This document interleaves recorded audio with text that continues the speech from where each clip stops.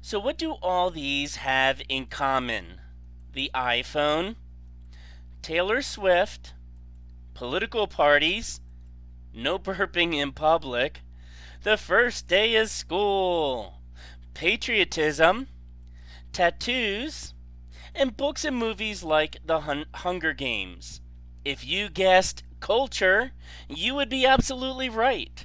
All of these are examples of culture. Culture includes tangible items known as material culture. These include things that you can hold or work with, such as the iPhone or books. Culture also includes things that are more ideas and beliefs, and this is known as immaterial culture. And these can include things such as table manners and political ideas. Now, we are all born into different cultures, not just one. And some sociologists refer to these as microcultures.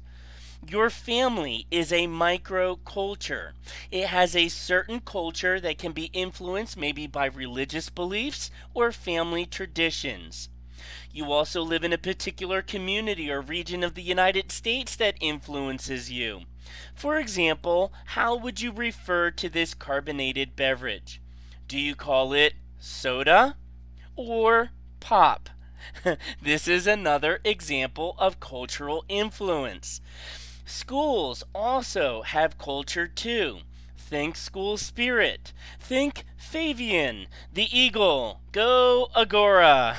Yes, even that is a cultural element. All of these are examples of culture. So, in your section today, as you read, you will be introduced to the five basic components of culture.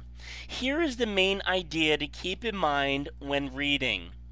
Culture is made up of all the shared products, both physical and abstract, of human groups. While specific products differ between cultures, all cultures are made up of the same five components. So, as you are reading, you want to make sure that you can answer these two questions. First, what is meant by the term culture? You want to make sure that you can explain the difference between culture and society. There is a difference. You also want to make sure you can explain and give examples of material versus immaterial culture. Secondly, what are the five basic components of culture? You want to make sure that you can give examples of these components as well.